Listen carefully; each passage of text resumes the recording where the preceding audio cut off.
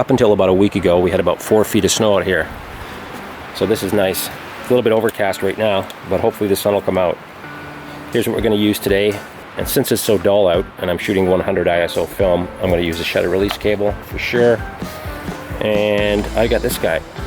We need a tape measure, 100%. I want to do some thin depth of field stuff, and I'm going to have to measure off the distance, especially if it's close. You don't have to do this obviously if you're shooting landscape and the mountains are in the background and your foreground is still 100 feet away. You can just crank this lens up to infinity and shoot. All right, here we are. The audio might suck here. I got to get that sorted out. It's dull out, like I said, so we're going to get this guy on it and see if we can open this up. There it is, the beast. Just screws into the bottom, this cable release, and there you go, ready to go. There's the shot. It looks to be about 6 feet away, but I'm going to measure it, and I'm going to try and shoot this around f4.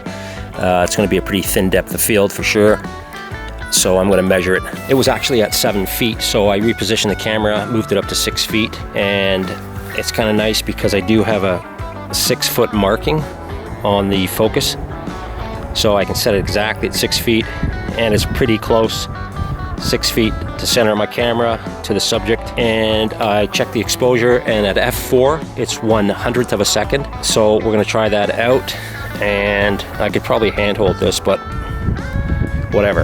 Anyway, so now we're going to cock the shutter, and I'm going to set it to f4, which is way down here. So that's a pretty thin depth of field for a medium format camera.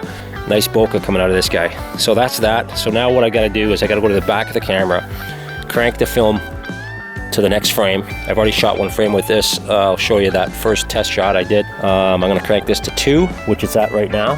So we're good. So we've got my focus set. I've got my shutter cocked.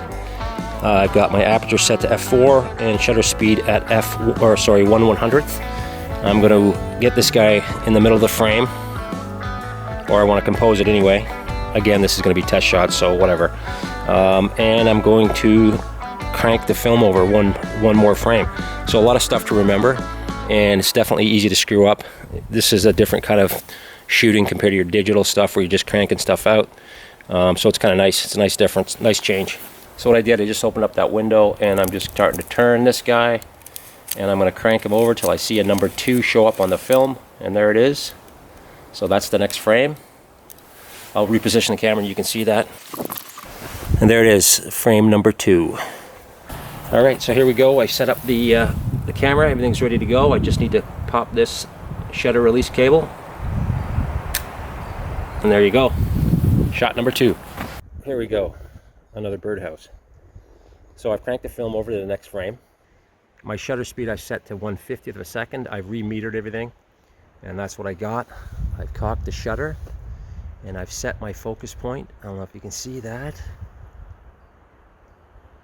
At 8 feet, and that's what the camera is now. To this guy. All right, so everything's set up, I hope. Let's take a shot. Here's the subject. Sorry about the wind noise, guys. It's blowing like crazy out here. I guess let's go f16. You know what, I'm going to go f11, and I've measured it off. We're at 8 feet. So I'm going to set my focus at 8 feet. There it is, bang on. I'm going to cock the shutter.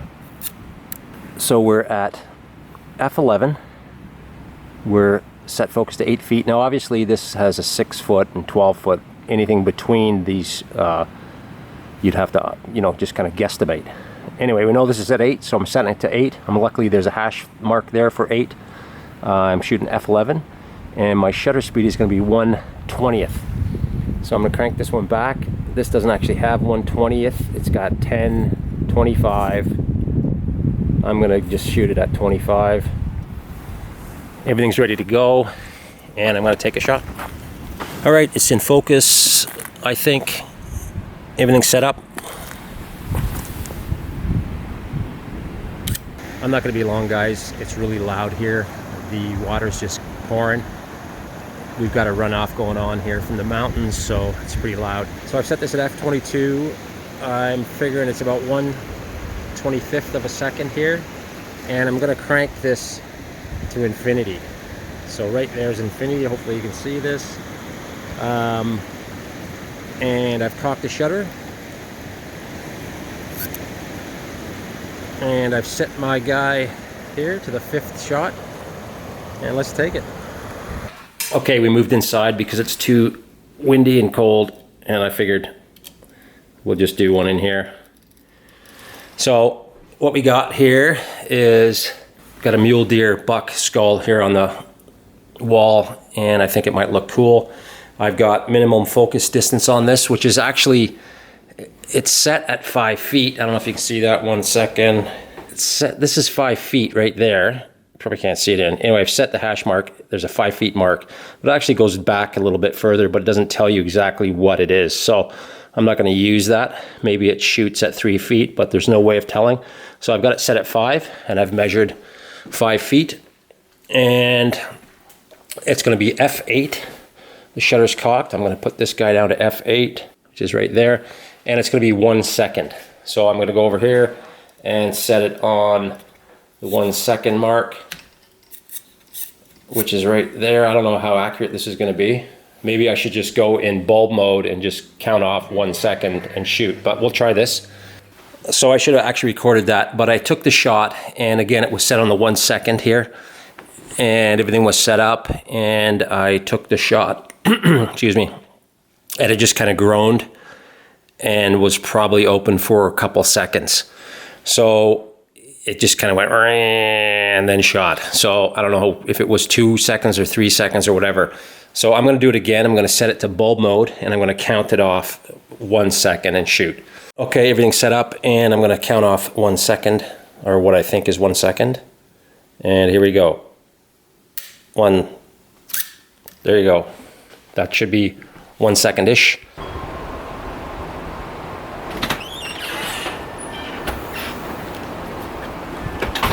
Let's finish this up. This will be my 8th shot.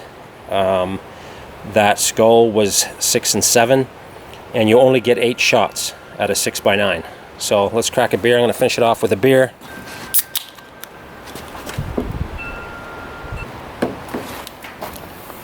This is my bulk beer. Here we go. This is minimum focus distance again at 5 feet. This is at between 1/25th of a second and 1/10th. I've just set it in between f8, and obviously this is harder to get to nail. I mean, if you're shooting something and you're cranking your focus to infinity, stopping it down to f11 or so, you're going to have way better chances of getting stuff in focus, but you're not going to have any background blur or anything like that.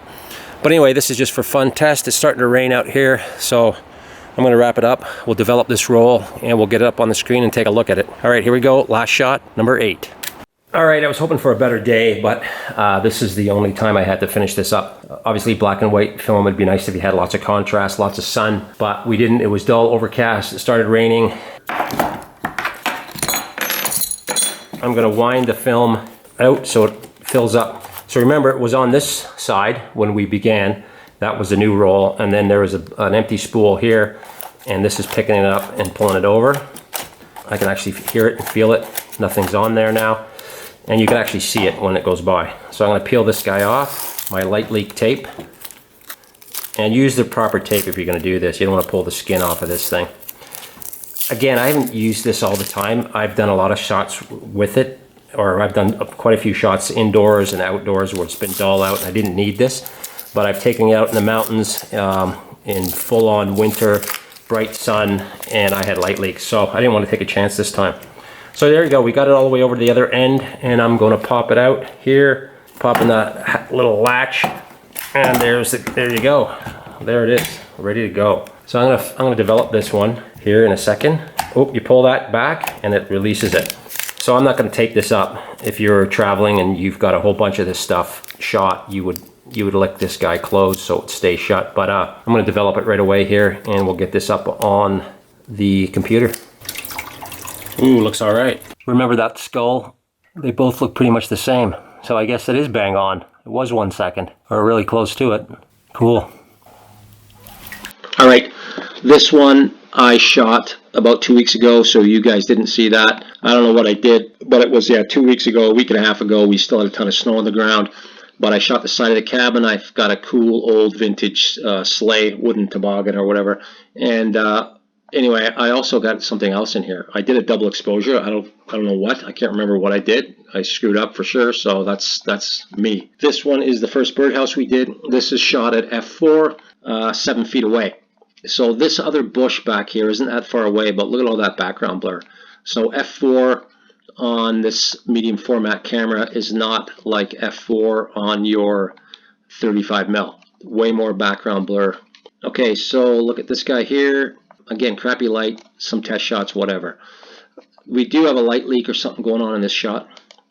So I don't know what's going on. I'm going to have to fix it. I scanned these in at 2400 pixels per inch, and the size of this file is 8,446 wide by 5,406 tall. So pretty good size files. This one is very cool. I think this is shot at f11.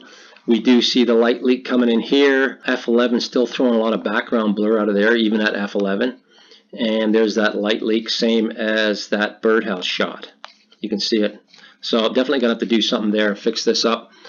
But I still like the shot. And this one I scanned in at 4800. So 4800 pixels per inch. And the size of this thing is 16,705 pixels wide by 10,813 high. Massive file. So I'm going to do something with this. I'm going to edit this up, and I'll show you some of the edits at the end here. That river shot sucked. Really crappy light. Nothing going on. I needed a foreground subject. Don't really have it. Just kind of cranked it out. F22, and I maxed the focus out, so everything was in focus as long as it was far enough away. And at F22, you know, mostly everything's going to be in focus. Here is the skull. This is the last one, and I'll tell you how I know that. So this one the camera took. Again, this is out of camera scans. Nothing done to it. I got some dust bunnies to take out. I should have cleaned the scanner better. And that's the last one. So this is the one the camera took, and I thought screwed up. This is the one I counted down, and the reason I know it's mine is because you can see I overlapped. I screwed up this film advance, so it's overlapping in the next frame, which is this guy. So you can see it on that side. So this was the last shot. This was the second last shot. So this is one I timed. I actually like the one the camera did better. It's a little more contrasty. Again, nothing's been done to these. Here's the beer shot. Anyway, it's kind of cool. This thing works well. It does have a little bit of a light leak. I'll have to take care of that. And I'm going to edit these up and show them to you at the end here. Thanks for watching.